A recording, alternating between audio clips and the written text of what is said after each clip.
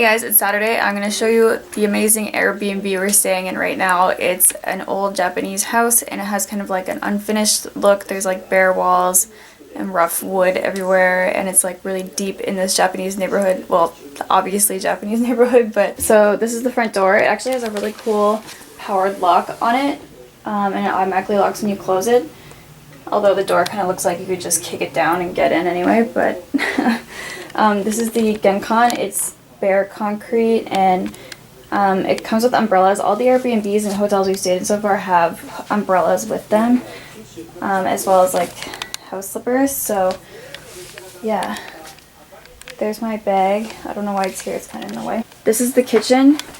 It came with some appliances. That's a little mini fridge, and I think that's a stove or oven, and recycling. No microwave, but toaster oven. And okay, this is covered in our garbage, but whatever.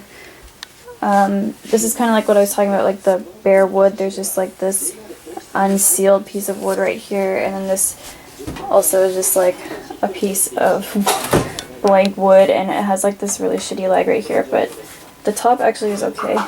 And this is like the living room part, with the couch, and there's like a little tatami, kind of like, I don't know if this is originally meant to be like a shrine area or something, but the TV is there now.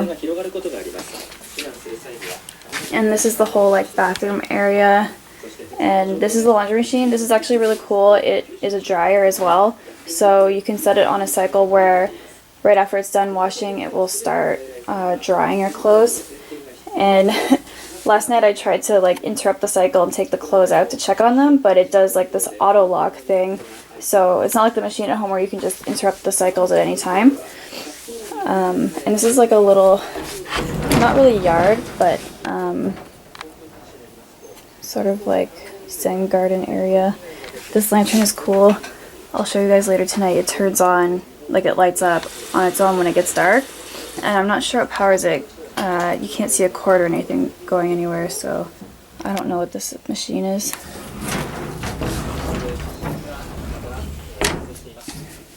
And then back here is the toilet area. The light was already on, but the light in here and over at the washing machine is motion activated, which is really cool. And this toilet actually is self-cleaning. Like, I don't know if you can see on camera, but there's soap suds in it. So it just like cleans itself. It's really cool. And it heats up gradually as you're sitting on it. Sorry if that's TMI, but it's really comfortable because it's really cold in here in the mornings. And there's a full-length mirror right here. And this is like the bathing area. Really, really deep tub. Like it goes below the floor level right here. I'm not going to step in because it's still wet, but yeah, the Airbnb comes with like shower stuff, soap and everything. And then this part is really cool. It has like this hand-painted bamboo on the wall, and this sink, like basin style sink. Okay, now we're gonna go upstairs.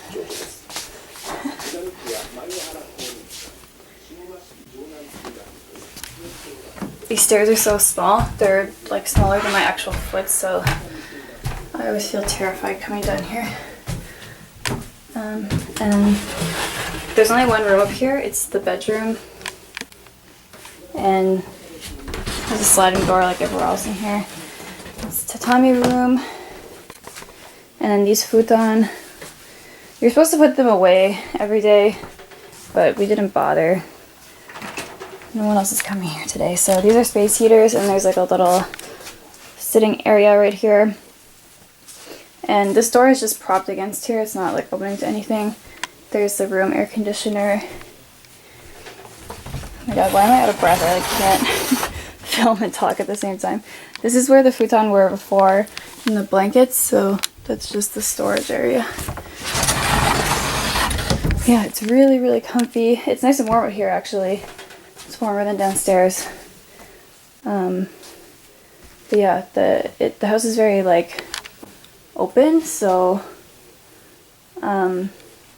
it's really cold at night, in the morning, but thankfully there's room heaters in every room. So yeah, that was it. We just got off at Tofukuji Station and walking to a museum.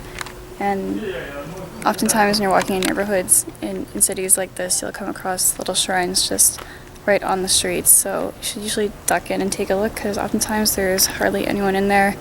They're not really like touristy areas if they're small shrines like this.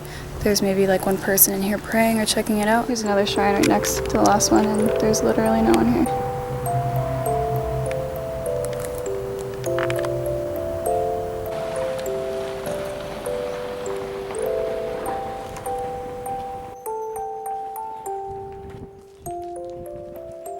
So we just finished up at the Kyoto National Museum. You're not allowed to take pictures or video inside, and there's a lot of Japanese places like that, especially like stores and everything. They're really strict on taking pictures inside, so yeah, there's no footage of that, but we saw this exhibit about Zen and how Zen came to Japan through China, and it was kind of depicted through like art pieces and artifacts and letters and stuff like that. So the museum kind of has like different exhibits on at different times.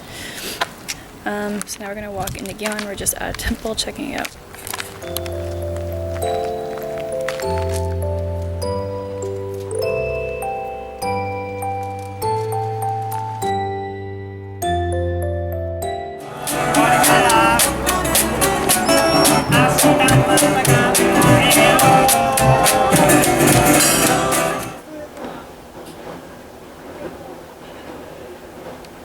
So my trip to Japan is kind of almost winding down a bit now. I only have 4 days left here, including the day I leave. So yeah, tomorrow we're heading back up to Tokyo on the bullet train. I've actually been kind of depressed. I hate where I live right now in Canada, and I've hated it for the past couple of years, and I've been kind of struggling with what I should do about that. I'm also really disappointed that I only kind of got to see my friends for a short amount of time, and I kind of knew that that was inevitable, that I would meet them in real life, and it'd be kind of bittersweet in the way that we are friends online, but we're also so far apart, and there's only a certain amount of time we can spend together in real life while I'm here in Japan. So I don't know if you guys have heard of this, but there's some cultural or ethnic belief in some places that taking a picture of someone actually takes a little part of their soul. I don't know why, but the past few days when we've been going to shrines and stuff like that, that concept was in my head a lot, and I kept thinking, is that what was happening there? Like, did me taking video or photos of these places diminish their sacredness or spiritual value in some way? And of course, all the tourists at these places are not just foreigners, like probably about half of them. And most of the places I've gone to have been Japanese as well. But once I started thinking about that, I could kind of understand the point of view of people who want to keep Japan mono-ethnic and kind of like not open up to be more diverse. And I have a lot of mixed feelings about that because I love Japan and I love being here. And at the same time, I don't want all the things that I love about here to disappear because so many other cultures are coming in here, different types of people from all over the world. So yeah, I think I just kind of burned out on like the temples and castles today, and that's why I didn't end up going to one today. I had originally planned to go to Himeji, but it's pretty far. I think it was an hour and 40 minutes from here, or to Kinkakuji, which was like an hour and a half from here. So yeah, just spending another like several hours on the train wasn't that appealing to me, and I really wanted to see Gion before we left Kyoto. So that is what we did today. We were walking down some back streets in Gion, and we happened to walk by a theater right as it was emptying out, and everyone was kind of gathering around waiting for the Maiko and Geisha to come out. I didn't photograph them, I didn't video them or do anything like that because a lot of other people were doing that, and I didn't want to kind of act like a paparazzi just for the sake of like proving that I had seen them. But it was really interesting, and I would love to be able to talk to someone who is a Maiko and what made her go into that as her field. It really sparked a lot of thoughts about that sort of life and what motivates someone to do that. You know, it is like a Japanese thing, but it's in modern times so off the beaten path of what the vast majority of women do with their lives. So yeah, it was really interesting, and I don't regret what I ended up doing today at all. And on the train back home tonight, there were these two high school age boys standing next to me, and one of them dropped like this case holding some kind of like sport equipment. I couldn't tell what it was from the case, but it was like a long stick shape, and he hit me in the leg with it, and he didn't say anything, and I thought that was odd because, you know, Japanese are very, very polite, and I'd never experienced one being impolite, and I actually said sumimasen even though I had done nothing wrong, and he didn't reply. And then he looked at his friend and said something in Japanese, da da da, gaijin, da da da da da.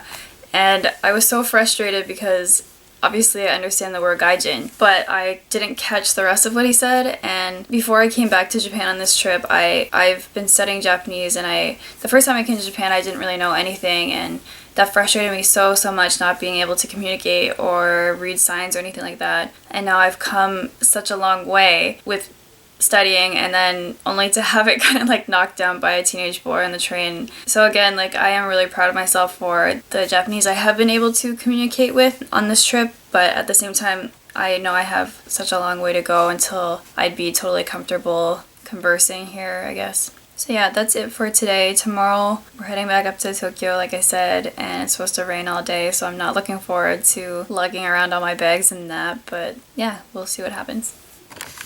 It's really cool and like kind of random that a small town would have big houses like this in it.